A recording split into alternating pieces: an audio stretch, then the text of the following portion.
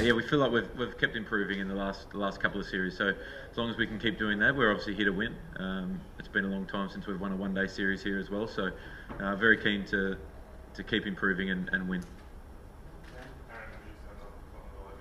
No, like I told you earlier, we just literally just got off the bus. Haven't seen the wicket or anything.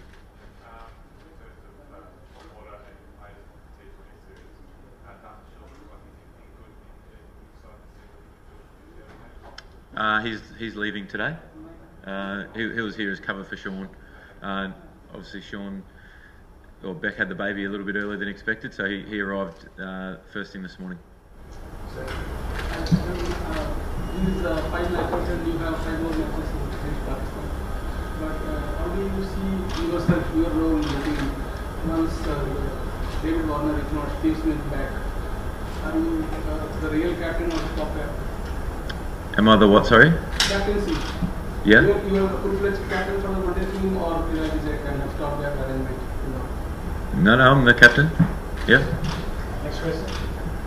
Glenn Maxwell after the Bangalore match said that you'll be happy if he's batting up the order for the ODI and plan. Yeah, Glenn will get an opportunity a bit higher than he did in the series against India in Australia when he batted number 7. He'll bat a bit higher than that in this series, no doubt. He's been in some great form. His one-day cricket's been really good as well. So I'm not exactly sure where just yet, but it'll be higher than 7, I'd imagine.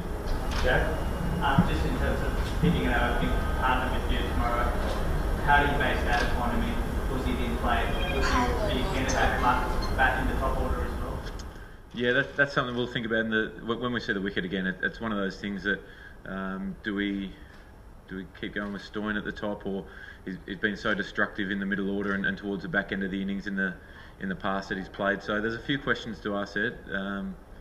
Sean's not available for selection tomorrow, obviously just getting off the plane and coming off a hamstring injury as well. Going to take the conservative approach with him and make sure that he's right to get through the remaining 9-8 games whenever he's fully available. So whether it's Uzi, whether it's Stoyne at the top with myself, we'll wait and see. With the ban of Steve Smith and David Warner ending on March 29, can we expect them back for the Pakistan series and then in the World Cup? What date is the? March 29. That's our last game there. No, I don't think that they'll play that game. I'm not 100% sure on that, but I don't think that they'll play that game, that last 1 or 2 games. Aaron, Justin Langer spoke about this being an unprecedented year where World Cup is immediately followed by Ashes. So how do you, in such a year, sort of manage the workload of a bowler like Cummins, who's done so well, but you also need to protect him with an injury history? So yeah, it's a good question. He bowled a lot throughout the Australian summer, particularly on the back of the Indian series where we bowled a lot, and then the Sri Lankan series as well. So that'll be something that'll have to be managed over these 10 ODIs that are in pretty quick succession, and then I think having April with no cricket scheduled there is going to be really important for guys like Pat to freshen up, and probably some guys like Mitchell Starc to get some good workload into him during that period as well, because he'll be coming off no cricket at all at this stage. So I think yes, it's going to have to be a balancing act with all the fast bowlers, because probably playing 10 ODIs in a month or even a bit less that's pretty uncharted territory for us as well. So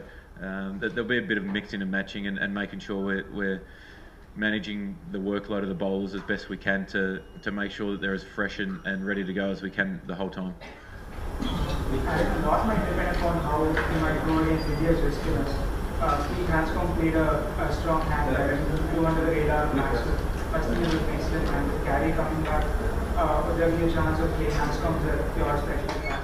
Yeah, definitely. I think that Pete's a very good player of spin. We've seen that. He got a really good score in Melbourne. I think he got 70 in Melbourne and played really well. Maxwell's in really good form.